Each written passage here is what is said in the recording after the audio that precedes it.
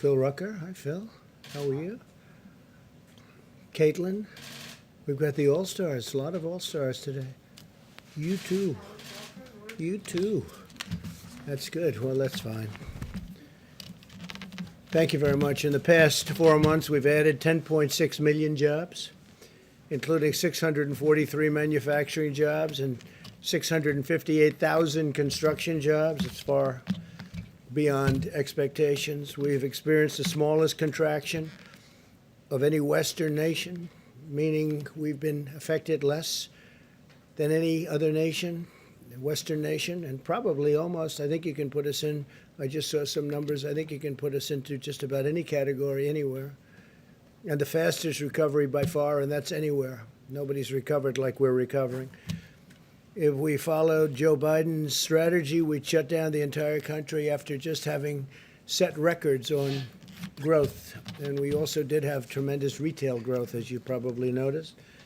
We're witnessing the fastest labor market recovery from an economic crisis in our history. By contrast, the Obama-Biden administration had the slowest, weakest, and worst recovery in American history, as you know. We continue to make progress in our fight against the China virus. New weekly cases have declined by 44% since July. Deaths declined by 20% compared to just last week. It's going down very rapidly, really rapidly. This is in contrast to nations in the European Union, which have recently experienced a sharp increase in cases. They're having a very big spike over there. We're hopefully beyond our spike, and we'll see, but we're doing very well all over our country. In the past 5 weeks, per capita cases doubled in France, surged to over 300% in Spain, which I've been hearing about and speaking to some of the leaders of Spain, and they are having a hard time, and increased more than 400% in Italy again. And as you remember, I put a ban on people coming in from Europe after the ban I imposed on China, Wuhan, but because of Wuhan primarily, because that area was very infected, we also put a ban on Europe. So Spain is being heavily impacted, France, and 400% in Italy. Yesterday, European nations experienced 50% more deaths than the United States. And you don't hear these things, you don't hear these statistics, but the United States has done really well. Very proud of everybody that worked on this. And I really do believe we're rounding the corner, and the vaccines are right there, but not even discussing vaccines and not discussing therapeutics, we're rounding the corner. We already have therapeutics out there, by the way, which are having obviously a very big impact, because you look at that, you look at the way people are recovering. It's so much better than in the past, before we knew about the disease and had anything to fight the disease. On schools, as part of our science-based approach, we want schools to safely open and stay open. Children are extremely low risk of complications from the virus. Less than 0.2% of the coronavirus deaths have occurred in those under the age of 25. And most had underlying conditions where there was a problem. There's no substitute for in-person learning. According to a recent study, student progress in math decreased by half, and using online education compared to in-person or campus education. So online, we think of so many things online and how great it is. There's nothing like being in the classroom. That's what we've learned from this whole ordeal. According to the CDC, school closures disproportionately harm low-income and minority children, as well as those with disabilities. And I think you see some slides behind me that are very new, very current. It's also crucial for colleges and universities to stay open, and we hope that they do indeed stay open. We want to see Big Ten football. We hope it's coming back. We have a lot of the colleges that we're talking about, they want to come back. We hope that Michigan agrees. We hope that, and I know the governor will have a lot to say about it. We hope she approves it. But we have a couple that Maryland's another one. We hope the governor puts a little pressure on so that we can have it. But I have a feeling they may do it. They may do it without having everybody, but I think they're going to have maybe Michigan, maybe Maryland. We have a couple of states that might not participate, but people are working very, very hard to get Big Ten football back, and I'm pushing it. And it'll be a great thing for our country, and the players and the coaches want to do it really badly. The players are missing. They only have so many years of this, and the players are missing a big opportunity, including the chance in some of the cases to have some of the best players, college players in our country. And they want to get into the NFL, and they want to make money in the NFL, and they're not going to be able to do that too easy if you don't get to see them play. It's much safer for students to live on campus, and low-risk young people would rather than the alternative. The alternative is no good than going home, spreading the virus to high-risk Americans. They want to be on campus. They want to go back to school, and the parents want them back in school, maybe more so than they want to be back in school. And they want them back safely, and they want to go back safely, but they have to go back. Based on the recent data from more than 20 colleges, not a single student who tested positive for the virus has been hospitalized. So that's a lot of people. That's a lot of students. Not one has been hospitalized.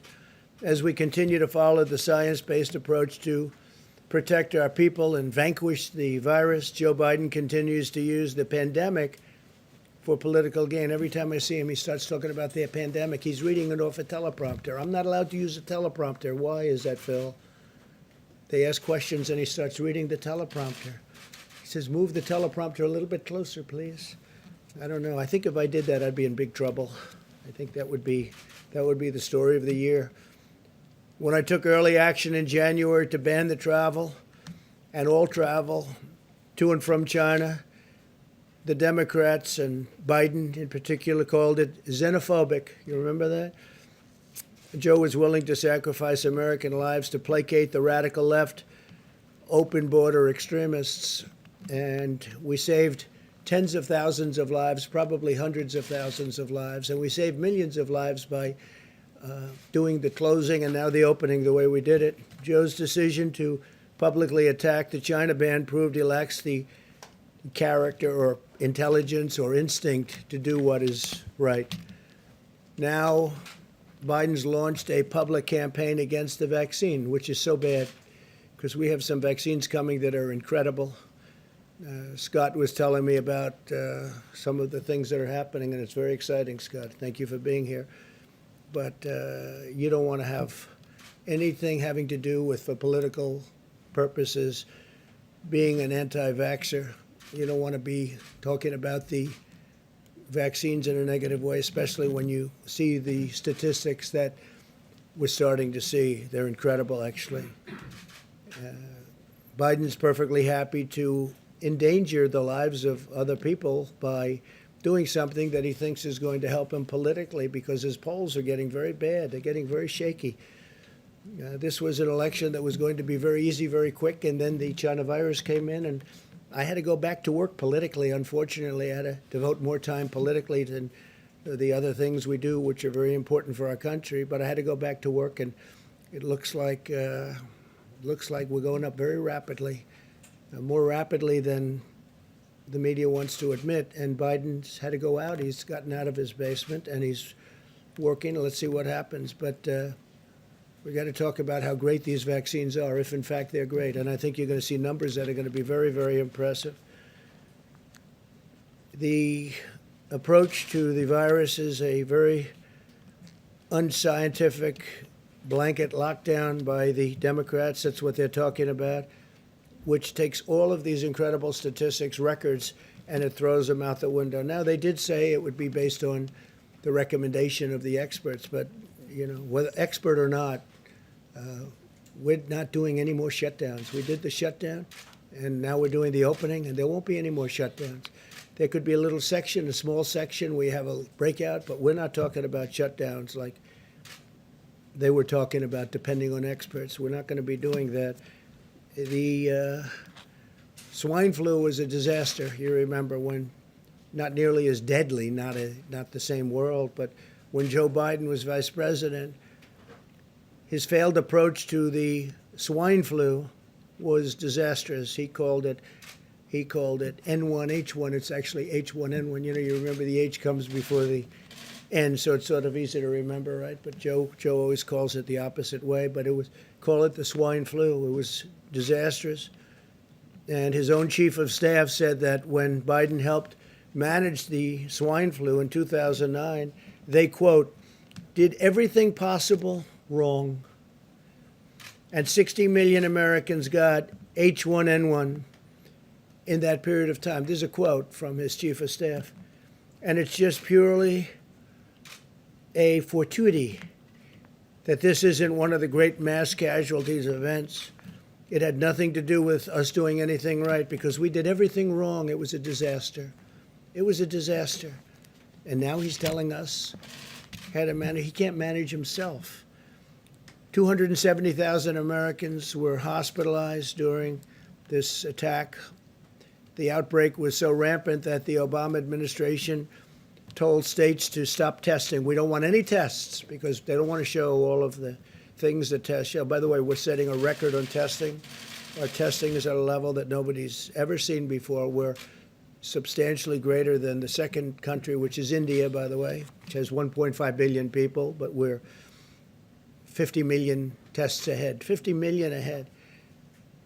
And they ordered the CDC to stop counting tests and stop counting cases, and then left us a depleted stockpile, which is what I inherited. I inherited a very badly depleted stockpile. In other words, Biden's record demonstrates that if he had been in charge of this very serious, highly, highly contagious epidemic or pandemic, the China virus, countless more Americans would have died.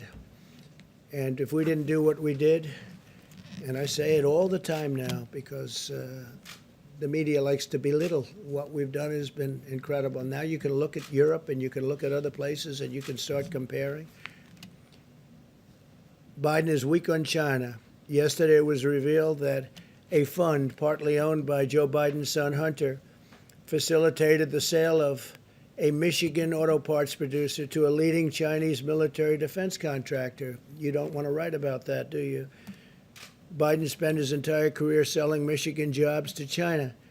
Now the Biden family is selling out our country directly to the Chinese military, which has to do with this company that Hunter, here we go with Hunter again. He didn't have a job. Now all of a sudden he's selling companies from Michigan to China. China's military got American manufacturing jobs, and the Biden family got paid a lot of money.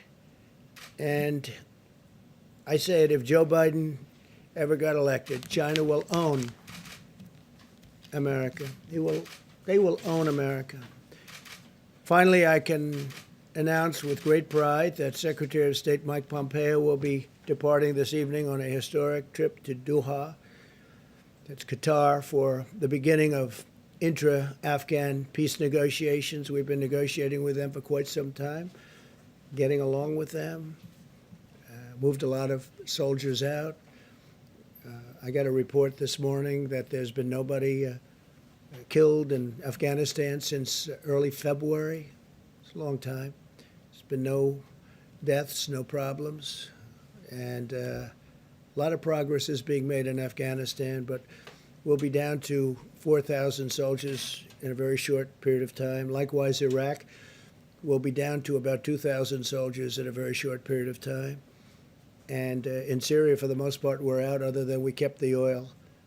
As we have soldiers guarding the oil, not too many, I think, small number, but they're guarding the oil. And we're helping the Kurds, and we're making their lives much more pleasant because of the fact that we have the oil. So we're pretty much out of Syria. We're pretty much out of Iraq. And we're down to the smallest force that we've had in, we'll be very shortly down to that number in Afghanistan. The negotiations are a result of a bold diplomatic effort on part of my administration in recent months and years. The United States will play an important role in bringing the parties together to end the decades-long war. It's been going on for almost 20 years, long before I got involved, I can tell you that. And had they not been wasting our time with all of the phony witch hunts and all of the things, we probably could have done this even faster. But a lot of time had to be spent, wasted like that. But the parties are together right now, and we're negotiating, and we're really making tremendous progress. Next week at the White House, we'll be having a signing between UAE and Israel, and we could have another country added into that. And I will tell you, countries are lining up that want to go into it. As you know, UAE is headed by a very, very highly respected gentleman, and respected by everybody. And he's a warrior, too. He's a great warrior. And Mohammed's very excited about this. And you'll be hearing other countries coming in over a relatively short period of time. And you could have peace in the Middle East. I think what ultimately will happen is you're going to have quite a few countries come in. The big ones are going to be coming in. I spoke to the King of Saudi Arabia, so we're talking. We just started the dialogue. And you'll have them come in. And I think two things are going to happen. Iran will, if we win the election, Iran will come and sign a deal with us very, very rapidly within the first, I would say, week, but let's give ourselves a month, because their GDP went down 25%, which is like an unheard of number, and they'd like to be able to get back to having a successful country again. So I think that'll happen, and I think very importantly, the Palestinians will get back into the fold, and when they see all of these countries that frankly have been supporters of the Palestinians, very big supporters and certainly financial supporters. As you know, we used to pay the Palestinians $750 million a year, and I ended that some time ago on the basis that they didn't seem to want to make peace, and we'll think about it once we have a deal, but I've ended that quite a while ago. I'm frankly surprised they haven't been to the table earlier, but this is the best way. This is a way that's going to be great. This can really bring the Middle East together. And again, since February, we haven't had a death in Afghanistan, that's a record for many years, not a death. And we're getting along very, very well with the Taliban and very well with Afghanistan and its representatives, and we'll see how it all goes. It's a negotiation, but Secretary of State Mike Pompeo will be departing in a little while. So I think that's very exciting news. And a lot of people thought that my natural instinct is war. No, my natural instinct is actually peace. When we were on the debate stage, people used to say, will it be 1 week or 2 weeks before President Trump gets into a war? But that's not. I did rebuild our military. We have a military that $2.5 trillion, new jets and rockets and tanks and ships and a lot of things we have. We have the newest, best military we've ever had. So hopefully we won't have to use it. Our nuclear program has been put into gear like never before. And in particular, hopefully, we won't have to use that, because that's a whole new level of destruction, and we never want to. Just have to pray to God we never have to use that. All right, please, John. Yes, thank you, Mr. President. Why did you lie to the American people, and why should we trust what you have to say now? Such a terrible question, and the phraseology. I didn't lie. What I said is we have to be calm. We can't be panicked. I knew that the tapes these were a series of phone calls that we had, mostly phone calls. And Bob Woodward is somebody that I respect just from hearing the name for many, many years, not knowing too much about his work, not caring about his work. But I thought it would be interesting to talk to him for a period of, calls. So we did that. I don't know if it's good or bad. I don't even know if the book is good or bad. But certainly if he thought that was a bad statement, he would have reported it, because he thinks that, you don't want to have anybody that is going to suffer medically because of some fact. And he didn't report it because he didn't think it was bad. Nobody thought it was bad. Wait a minute. And your question, the way you phrase that is such a disgrace. It's a disgrace to ABC television network. It's a disgrace to your employer. And that's the answer. You ready? Because I love. Of course I didn't. Of course I didn't. No. Deadlier than the flu, and then you went out and told the American public that this was just like the flu. Let me I tell you mean, you something. told We've had Woodward flu one thing and you years. told everybody else something else. No, and 5 times, right? 5 times. Do you ever hear the expression 5 times? We've had flu years where we lost 100,000 people. The flu is a very serious problem for this country also, and we've been losing them. Scott, what kind of a number have we lost over the years with flus? Into the hundreds of thousands. Well, I mean, the last 5 years have been something like 35 to 80,000 per year, every year, even with antiviral drugs and even with Flu is a very serious problem also. But just so you This is worse than the most deadlier than the most strenuous flu. okay, And then you went out and said it's just like the flu. what I went out and said is very simple. Listen, what I went out and said is very simple. I want to show a level of confidence, and I want to show strength as a leader, and I want to show that our country is going to be fine one way or the other. Whether we lose one person, we shouldn't lose any, because this shouldn't have happened. This is China's fault. This is nobody's fault but China. China should not have allowed it to happen. Whether you have one person, 180,000 people, or 2.5 or 3 million people, which it could have been very seriously if we didn't make the moves. And when you look at the opposition, where they said, oh, why did he put the ban on?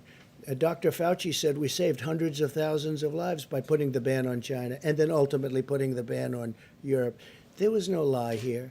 What we're doing is we're leading, and we're leading in a proper way. And if, frankly, somebody else was leading it, they wouldn't have closed it. If you look at Nancy Pelosi, you look at Cuomo, you look at de Blasio, you look at Biden, months later they said there's no problem. They're talking about me. Months later. And before any statement was made, you have to remember, I put the ban on China. So obviously, outwardly, I said it's a very serious problem. And it's always a serious problem. That doesn't mean I'm going to jump up and down in the air and start saying, people are going to die, people are going to die. No, I'm not going to do that. We're going to get through this. And we're right now, I hope, really think we're rounding the final turn. And a lot of good things are happening with vaccines and with therapeutics. But there's no lying. And the way you asked that question is very disgraceful. Phil, go ahead, please. Go ahead. Yeah, I do think so. Mr. I think we did a President. great job. I think we did a great job. And the people that did such, our generals, our admirals, Mike Pence, all of the people that have worked so hard, and now Dr. Atlas, and all of the, Dr. Fauci, Dr. Birx, they should be respected for the job they've done. So you won't And you downplay it haven't- again. You won't downplay it again, because you said you downplayed it. That's what you told me. All I'm doing is, no, I don't want to jump up and down and start screaming death, death, because that's not what it's about. We have to lead a country. We're leading a great country, and we're doing a great job. And the people that have done such a good job should be given the kind of credit that they deserve. We possibly have done the best jobs when you start looking at what we're doing with the vaccines and therapeutics and ventilators. We had no ventilators, John. We make thousands of ventilators now a month, and we're supplying them to the whole world. The job we've done is the best job. And don't give me any credit. Give the people that have done this the credit. They've done a great job. Yeah, Phil, go ahead. Yeah, Mr. President, you talked about the need to stay calm and not jump up and down and scare people. A lot of other world leaders were calm. German Chancellor Angela Merkel was very calm as she presented information to the German people so that they could stay safe and protect their families. So why, as you, as President of the United States, did you not level with the American people? Did you not share the information that you knew at the time in real Well, I time? don't know what Angela's doing, but if you look at the European Union right now, they're having breakouts like you've never seen before. And frankly, their numbers are at a level that are much worse than the numbers here. We have Phil, we have done much, much better than the European Union. I just read you numbers that are not good on their behalf, and that are very good at ours, and we have rounded the final turn, and we're going to have vaccines very soon, maybe much sooner than you think. Listen, maybe much sooner than you think. But we have done a phenomenal job, and the people that have done this job, including the American public that's had to put up with a lot, with the lockdowns and all of the things that they had to do, they have to be given credit. They have to be given But credit. you knew this Please, was go a ahead. deadly virus. You knew it was airborne. You knew on February 7th, you told Bob Woodward how it transferred from person to person in the air, how deadly it was. Why did you not come to the podium and calmly Well, let me tell ask you the this. people If what Bob happened? Woodward thought that was bad, because this is stuff that everyone knew, there's a report that I have here someplace where China said it was airborne earlier than the statements I made. People knew it was airborne. This was nothing This was no big. When I say it was airborne, everybody knew it was airborne. This was no big I thing. know that in February. Well, read the reports. China came out with a statement that it was an airborne disease. I heard it was an airborne disease. I assumed it early on. The fact is, there has to be a calmness. You don't want me jumping up and down, screaming, there's going to be great death, and really causing some very, very serious problems for the country. If Bob Woodward thought what I said was bad, then he should have immediately, right after I said it, gone out to the authorities so they can prepare and let him know. But he didn't think it was bad, and he said he didn't think it was bad. He actually said he didn't think it was bad. Woodward is The not the only one that president. said it was bad or thinks it was bad were the fake news media, because they take it and they try and put it a certain way. If Bob Woodward thought it was bad, then he should have immediately gone out publicly, not wait 4 months. You know, he's had that statement for 4 months, maybe 5 months. He's had it for a long time. It was a series of taped interviews, mostly by telephone. Quick ones, not long ones, quick ones. And I did it out of curiosity because I do have respect and I want to see, I wonder whether or not somebody like that can write good. I don't think he can, but let's see what happens. Yeah, Respectfully, please. Thank you, Mr. President. We're just about 50 days out from the election, and we haven't seen a lot out of the Durham investigation yet. Yeah. Where is that, and do you have confidence in the investigation? Well, I can't tell you that yet. I have to see. I'm not involved in it. I purposely stayed uninvolved. I'm, I guess, considered the chief law enforcement officer of the country. I could be involved if I wanted to. I thought it would be better if I wasn't. I think it's better if our great attorney general handled it. He has Durham, who is a very, very respected man, and we're going to see what it is. I can't tell you that. I can Need tell more you this. I indictments? can tell you this. They lied. They cheated. They leaked. They got caught. They spied on my campaign. Never in history has there been anything like this. And I guarantee if the roles were reversed and I was on the Democrat side, people would have been in jail at the very highest level. People would have been in jail for 2 years already.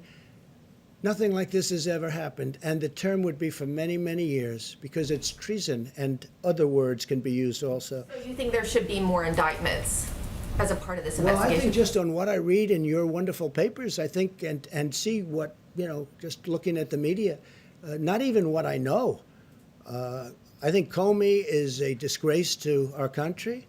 I think Strzok, who just wrote a book, which is a total fake, is a disgrace. I think Page, Lisa Page, his lover, is a disgrace to our country. I think that when you look at McCabe, where his wife got $700,000 in campaign contributions from Hillary Clinton, right? And then Hillary Clinton's under investigation, and yet she paid the head of the FBI, one of the top people, but actually the head because he took over for the other guy, who fortunately I fired. I made a good move when I fired. That was a smart move because they were looking to take down this administration, duly elected administration. So I fired him. That was a great move when I fired him, because maybe if I didn't, I wouldn't be here talking to you as president. But when McCabe's wife gets $700,000 in campaign contributions when she was running for whatever office she was running from Virginia, and yet he's in charge of the investigation of Hillary Clinton. Now he says, well, I wasn't really in charge. Of course he was in charge. He was totally in charge. He knew exactly what was going on. These people got caught in probably the biggest political scandal in the history of our country. They got caught. Now, what the Durham report is going to say, I can't tell you. But if they say half as much as I already know just from seeing it, you have people, I watch some of the shows. I watched Liz McDonald, she's fantastic. I watched Fox Business. I watched Lou Dobbs last night, Sean Hannity last night, Tucker last night, Laura. I watched Fox and Friends in the morning. You watch these shows, you don't have to go too far into the details. They cover things it's really an amazing thing. They got caught in the biggest political scandal in the history of our country. They were spying on their opponent's campaign. Not only spying, they were making up fake dossiers. You have the dirty dossier. They were making up it was all made up. It was all fiction. It turned out to be fiction. And then they were using that in the FISA courts, this revered court. Well, it's not so revered anymore. because when you look at what they did and how they played it, and they hurt a lot of people. General Flynn is still being hurt, and he's being hurt very badly. He's a wonderful person. I spoke to General Milley about General Flynn 2 weeks ago. I said, "What do you think of General Flynn?" He said, "He's a great soldier, sir, and he's a wonderful, wonderful human being." He's been destroyed. He's been destroyed. No, I think that this, without knowing anything about what Durham is going to release, the Durham report, we'll call it, or maybe it's going to be more than a report. Maybe it's going to be much more than a report. I don't know. Maybe it's a report, or maybe it's much more than that. But when I look at the things that everybody in this room knows just from reading about it from yourselves back and forth, I think it's a disgrace to our country. And I think if people don't